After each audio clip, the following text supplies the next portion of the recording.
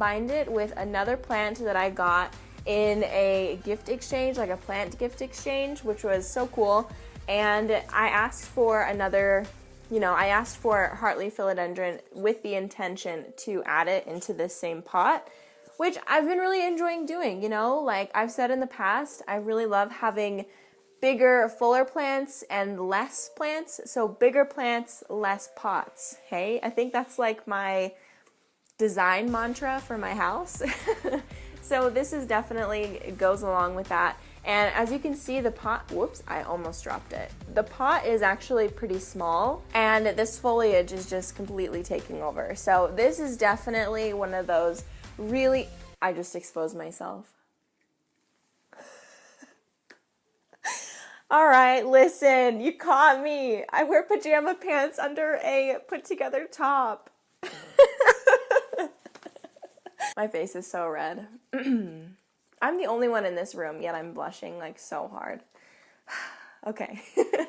So this is one of those philodendrons that is, one of the basics. It is so easy to care for. I would say that it can handle low light. It is living on this shelf that is 10 feet from an east window, so that is a lot, less bright of a place, dimmer of a place, less bright. And it's doing just fine. It's putting out so much new growth. For this plant, I only water it when the leaves start to curl. So for most of my plants, that is really what I do. I make sure that I don't water it at all until the leaves tell me that the plant is thirsty. That is just like a houseplant hot tip. That has worked out really well for me, and I stopped overwatering plants and like experiencing root rot when I started to do that. So this plant will tell you when it is thirsty. It recently got a drink, so I can't really show you that. I think that all of these are pretty, all of these got water recently, so we're not gonna be able to see the leaf curl. Which is surprising because usually in my collection videos, I'm like, oh God, I should have watered this before I started filming. Okay, this next pot of plants, this is just a myriad of cuttings of different types of, heart-shaped philodendron leaves. So I'm gonna come up closer and show you, because the thing about this is, okay, at plant swaps, one of the most common things that people will do is bring like tiny little cuttings. When you go to a lot of houseplant swaps, you get a bunch of tiny plants.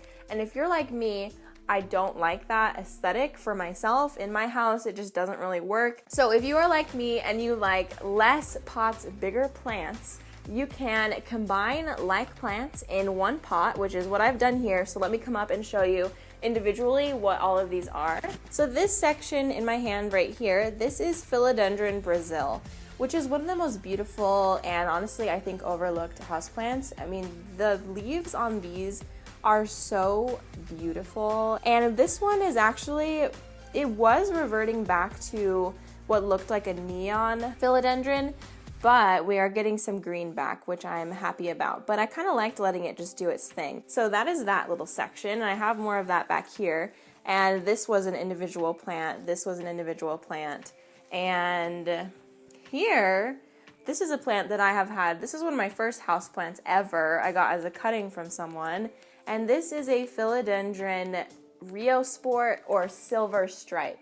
One of those two. Somebody corrected me in my first ever houseplant tour and I don't remember what they said. So the difference here is that the leaves are just slightly more elongated, and instead of, yellow variegation, it's more of a white color.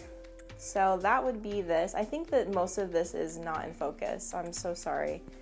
But yeah, we have some beautiful, like almost pure white leaves right there. And then the last little section of plants that I have in here, which I will show you, full disclosure, I've had so much trouble with it. I got it in a plant swap. It was a neon philodendron, neon heart-shaped philodendron, and it is down to the last, how many?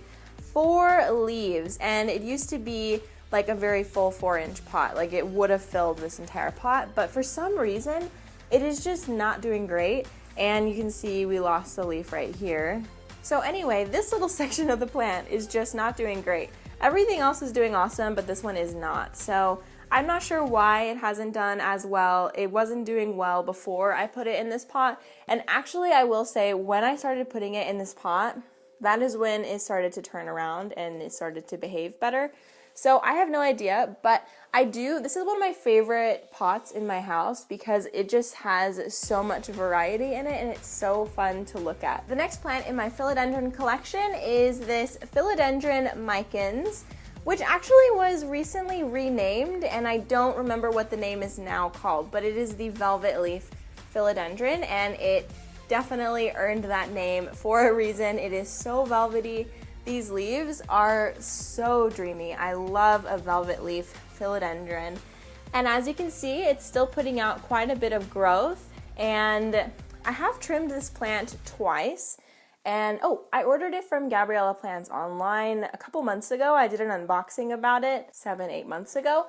Anyway, it is grown and it is beautiful, and I will say for a little while it wasn't doing super great and I don't really know what changed, but I don't water this one as well until the leaves start to curl, and I realized that I can't leave it like that for too long. Like some of my plants, I notice that the leaves are curling and I'm like, okay, a few days and then I'll need to water it.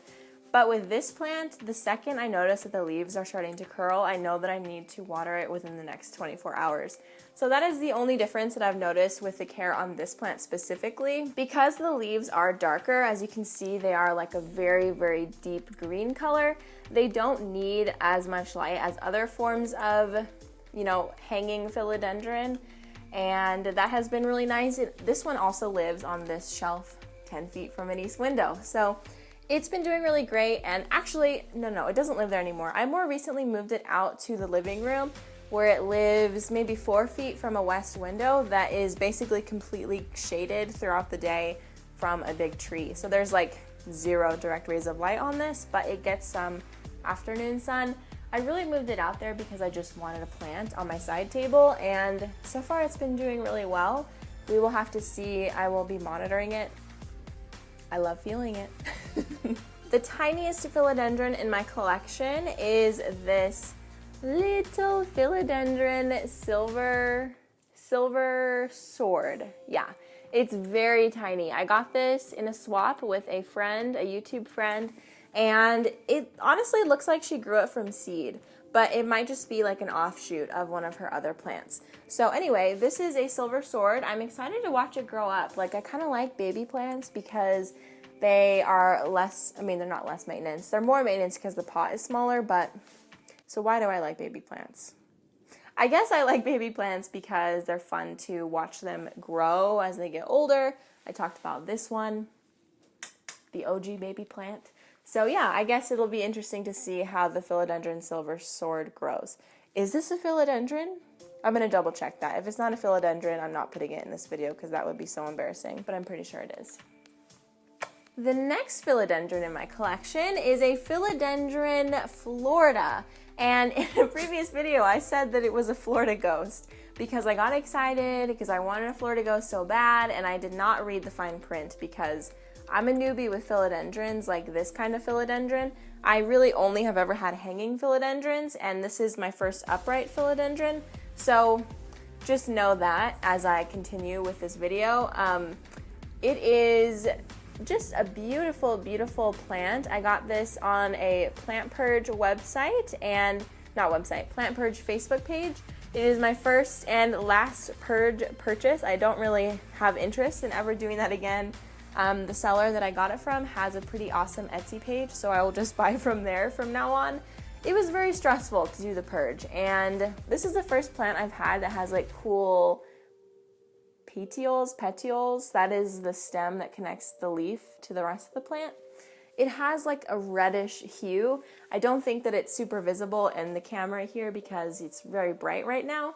But anyway, so this is my Philodendron Florida, and I'm still waiting on this leaf to pop out. I'm not sure when or if it will. Hopefully soon, but yeah. Okay, there are actually 2 more philodendrons that I completely forgot about. I am not even realizing how many philodendrons I had. So this is a Philodendron Pink Princess, which I actually got as a gift from a friend, and I'm going to be using it as an experimental plant. Stay tuned for that. I'm going to be seeing if I can encourage more pink growth, because as you can see, there is just this pink splash here, and then the rest of these leaves are just a dark burgundy color. We did, however, get a new leaf in here, and it's just kind